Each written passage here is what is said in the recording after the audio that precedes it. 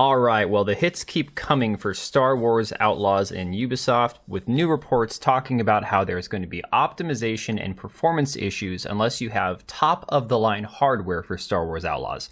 Before we get into it, make sure you check out the Kickstarter for The Hidden Emperor down below, graphic novel with a cool sci-fi element to it, very much like Star Wars or Star Trek, as well as my website with all the articles I have listed down below. And of course, if you're in the need of a PC, go check out Meta PCs. They've got some of the best pre-built and custom-built PCs on the market.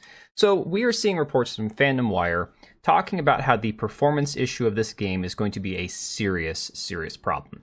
Summary says Ubisoft's new AAA game needs some seriously powerful hardware, and I think it's funny that they say AAA when we know Ubisoft thinks of themselves as quadruple A based on their own statements about Skull and Bones earlier this year, where they're essentially huffing their own farts talking about how amazing they are.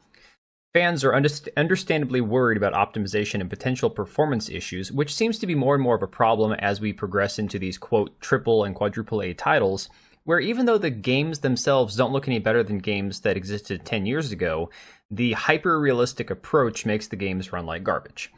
Ubisoft's history with PC optimization definitely doesn't ease any concerns. So Ubisoft's big new AAA game, Star Wars Outlaws, is once again causing some serious discussions in the gaming community, with the latest reveal of its PC requirements. Fans are complaining on social media about the hefty RAM, CPU, and GPU power needed to run the game smoothly, even at lower resolutions.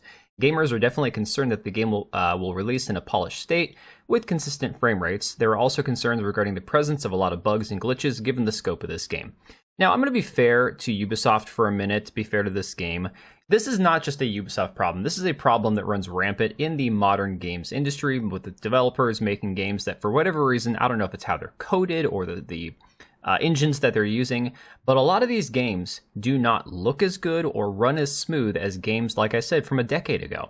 People have been comparing, like, Arkham Knight. I think it was Endymion on Twitter was saying how Arkham Knight looks and feels better than most modern games.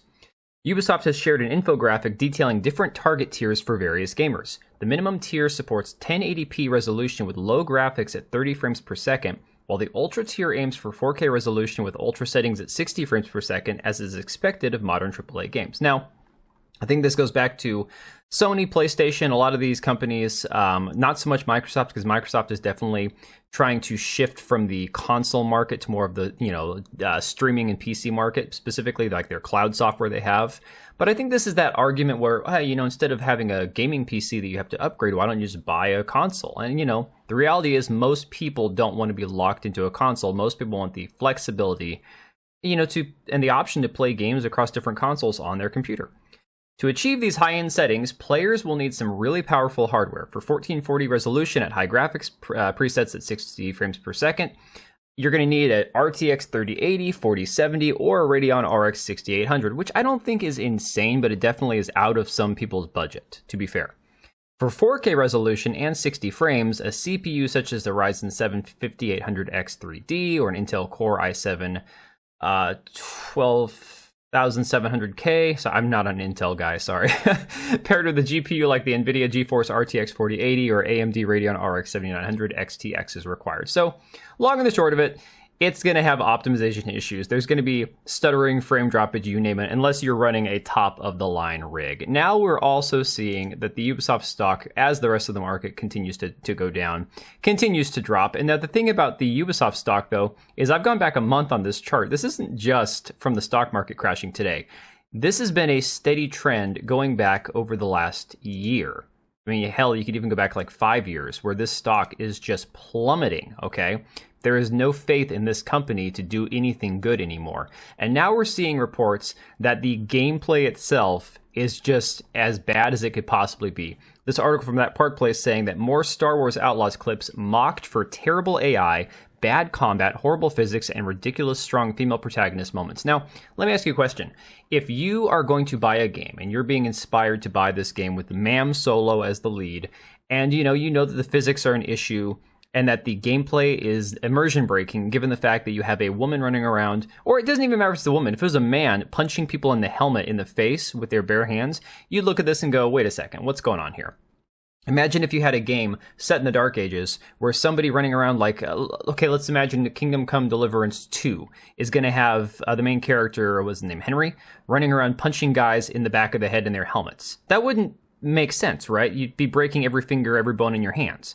That being said, we have this post here from Grumps saying, I love how he doesn't even rear his head back to resist, and his legs go limp and spaghetti to enable his fall. And he's talking about this clip right here, which you can see the characters go into the falling motion before they're even really taken down. You just have to watch where the legs are right here, how he goes limp. Again, you could argue this one, okay, forward momentum, she drags him down by his helmet, so he didn't have a chance to steady himself. And of course, getting hit from that force, falling on the ground, your head could hit the inside of the helmet, knock you unconscious, fine. That one you might be able to argue a little bit more, but check this one out. This one here is kind of hilarious. Watch the gun in this guy's hand. Watch the laser blaster here in his hand drop before she even really makes contact with him. This is just lazy shit right here. Check it out again. This is a quadruple A game, as Ubisoft would like you to believe, even though this one they're only calling triple A, and yet they expect you to want to play, or to pay $70 to play this broken, terrible mess of a game with idiotic AI that doesn't even see a character until they're 2 feet in front of them.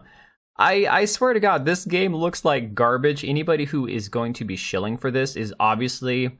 Well, I'd say it would seem obvious that they're being paid to do so, because there is only so much cover that you can run for this game at this point. And again, I love Star Wars. I grew up on the originals. I saw all the prequels in theater, midnight showings, hated all of them, but I still went back for more because I loved Star Wars that much, read all the extended universe books, played a bunch of the games. This game doesn't look interesting, guys. I'm sorry. I don't understand what it is about modern gaming where they don't understand what makes a game great anymore. And of course... think about it this way. This game comes out August 30th. Do you want to pay $70 for this game, which reportedly has problems? I mean, even the articles that came out trying to support the game admitted, yeah, the speeder bike is wonky, the maps are small, again, gameplay is limited. Or would you rather play Wukong, a game that the media has come out trying to attack as sexist and misogynistic, despite the fact that most of the gameplay articles talking about their sneak peek of the game said that the game was fantastic. Again, most of these people cannot argue that this game isn't an amazing game, at least with the little time that they had playing it. Now, of course, the funny thing about it is Black Myth Wukong comes out August 20th, 10 days ahead of Star Wars Outlaws. So you tell me, are people going to spend their money on Black Myth Wukong, a game that actually looks like it was made by people who love making video games, or more of a procedural hodgepodge mess like Star Wars Outlaws? Either way, guys, make sure you check out Meta PCs. If you're in the need for a PC, they've got fantastic top-of-the-line rigs. And, of course, the website that I have linked down below. I haven't had a chance to do too many articles recently. I've been pretty busy with work. But we're going to have our live stream tonight, guys. We'll be back on this channel talking about all this crazy insanity with the stock market and probably some video game stuff as well. But I'm going to leave it right there, guys. I will catch you later. All right, and if you made it this far, thank you so much for watching the video. Thank you for being here. I do have 2 channels, Minimal Effort Podcast, as well as my gaming channel. I do have a Twitch and Kick for my gaming channel. We do live streams over there occasionally, maybe once a week. And then if you are in the market for a new PC, make sure to check out Meta PCs. Click the link I have down below. Use code TBO at checkout for a special discount. Thanks again for watching, and I'll see you next time.